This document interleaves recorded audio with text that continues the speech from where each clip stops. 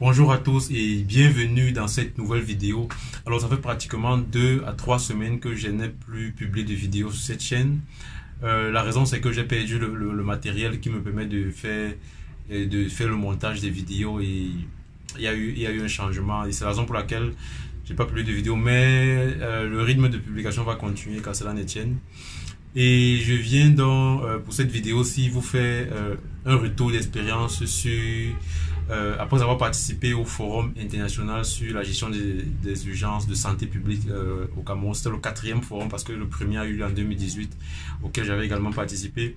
Et ce forum-ci a vu également la participation, parce que c'était un forum international, ça a vu la participation de plus de 6 autres pays africains. Il y avait le Tchad, il y avait le Gabon, il y avait le Congo qui sont venus partager leurs expériences dans la gestion de la pandémie à Covid-19. Et donc, ce forum international était donc placé sur le thème Covid-19, opportunité de renforcement des systèmes de santé et de contrôle des autres épidémies. Parce que au Cameroun, on n'a pas simplement la pandémie de Covid-19 qui dérange, mais il y a également l'épidémie de choléra qui touche déjà plusieurs régions actuellement.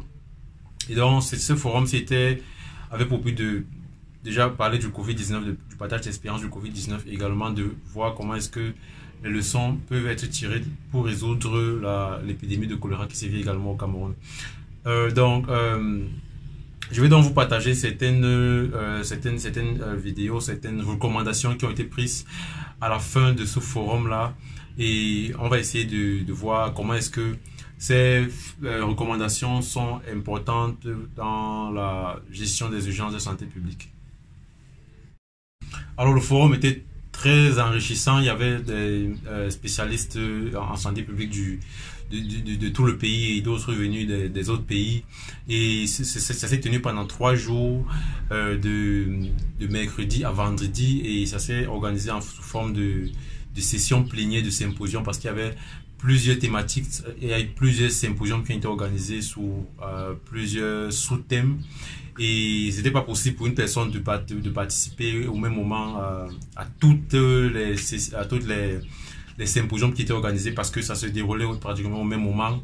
Et donc chacun devrait simplement se rendre auprès au niveau du symposium qui l'intéressait le plus. Donc c'est pas possible de participer à toutes les activités, mais lors de la cérémonie de clôture de ce forum-là, on a pu avoir les différentes recommandations de tous les symposiums qui avaient été mis en place, et ça permettait d'avoir déjà une idée de tout ce qui avait été discuté dans ces symposiums-là.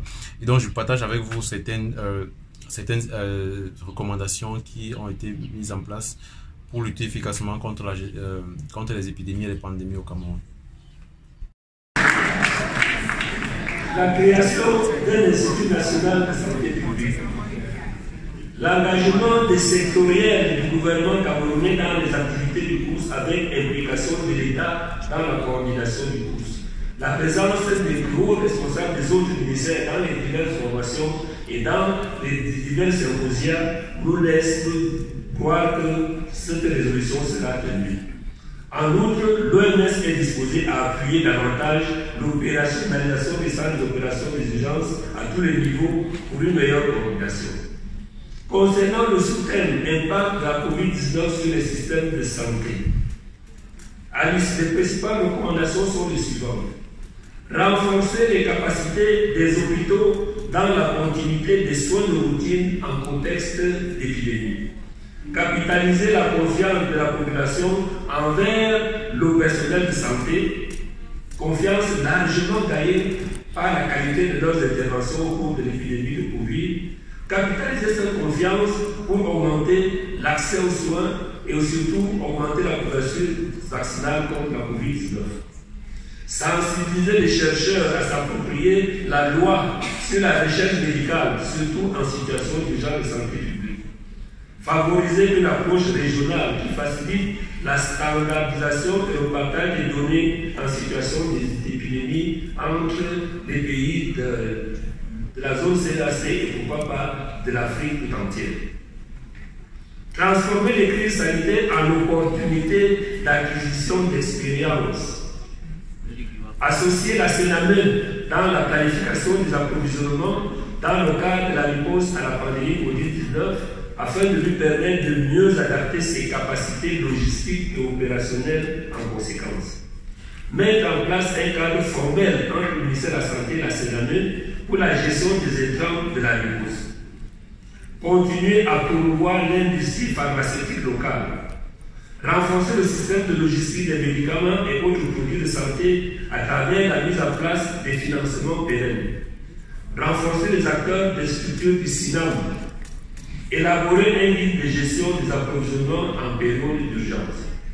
Concernant le sous-thème engagement pour l'élimination du choléra, je rappelle qu'à l'occasion de ce forum, le monde entier et l'OMS regardaient si le Cameroun allait s'engager sur l'élimination du choléra au plus haut niveau. Cet engagement, nous l'avons obtenu, il a été fait par le pays mission du gouvernement et nous allons donc pouvoir nous engager résolument vers l'élimination de cette épidémie qui, il faut le dire, est notre épidémie qui nous dérange le plus. En sachant que la situation actuelle du choléra au Cameroun a débuté dans 3 régions, le littoral, le sud-ouest et le centre. Le NGI choléra est activé au niveau national et désormais dans ces 3 régions, et que la riposte est menée en collaboration avec tous les autres ministères, notamment le ministère en charge de l'eau et le ministère en charge du développement, le ministère en charge de la décentralisation, les communautés et aussi les partenaires. La stratégie pour l'élimination du choléra doit être multisectorielle. Il y a nécessité de renforcer les interventions en eau, hygiène et assainissement et tous les autres points sur lesquels nous avons discuté. Et nous avons retenu l'institutionnalisation d'un fonds choléra, d'une journée d'élimination du choléra, le renforcement de la surveillance et de la recherche pour soutenir par des données probantes les plans d'élimination du choléra, l'opérationnalisation effective des plans choléra dans les divers secteurs, la mise en place d'un mécanisme de coordination de la lutte contre le choléra intégrant plusieurs pays. Concernant les sous-thèmes, collaboration régionale pour le renforcement des centres d'opération d'urgence et des systèmes de gestion des incidents en Afrique, il a été recommandé, entre autres, la nécessité de maintenir le pouce en éveil entre les épidémies et anticiper entre ces dernières à travers la surveillance. Avoir à disposition une masse critique des ressources humaines formées. La nécessité de rendre disponibles des données de qualité issues de l'activité des courses. La nécessité d'accélérer l'agenda global. Le projet de construction d'un système de services médicaux d'urgence en collaboration avec l'OMS a été bien lancé et déjà lancé depuis que le Curie fonctionne dans la ville de Yaoundé avec beaucoup de bonheur. Les discussions ont abouti à la formulation des recommandations suivantes. Faire un plaidoyer pour l'engagement du gouvernement au projet de construction d'un système de services médicaux d'urgence au Cameroun. Le projet est intitulé IMS Projet 2023-2028. Les services médicaux d'urgence doivent être accessibles à tous sans condition. Le renforcement du secteur pré-hospitalier par la création d'un centre de régulation et d'un centre de dispatching des ambulances. La nécessité de conduire une nouvelle évaluation des services d'urgence à la suite de celle qui a été conduite en 2017. Le développement d'un cursus de formation en médecine d'urgence au Cameroun au niveau des médecins, des infirmiers, urgentistes, mais aussi du reste des personnels impliqués dans la gestion des urgences médico-chirurgicales.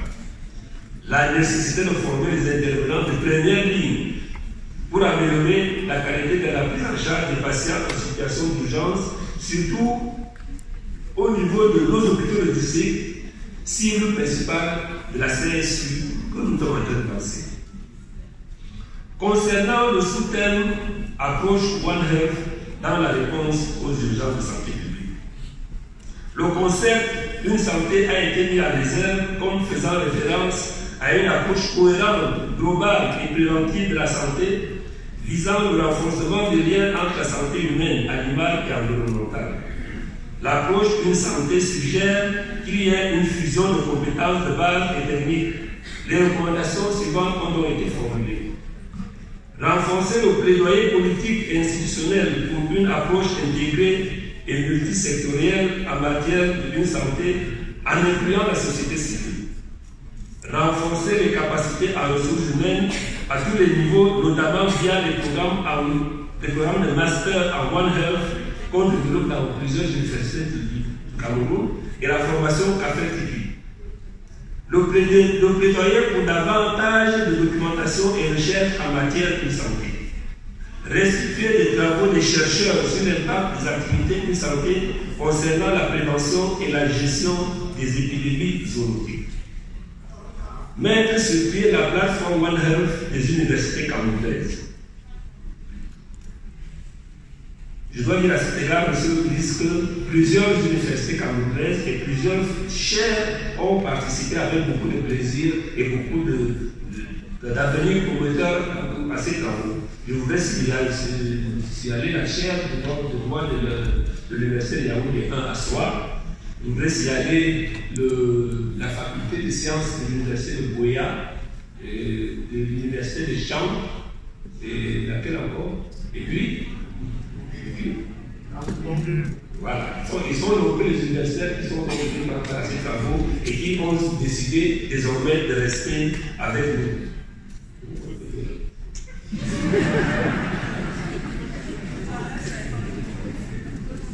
J'avoue que c'est pas plus loin que les voix de l'eau. Mettre sur pied dans cette plateforme, explorer et développer davantage la bioinformatique pour faciliter la recherche en médecine traditionnelle.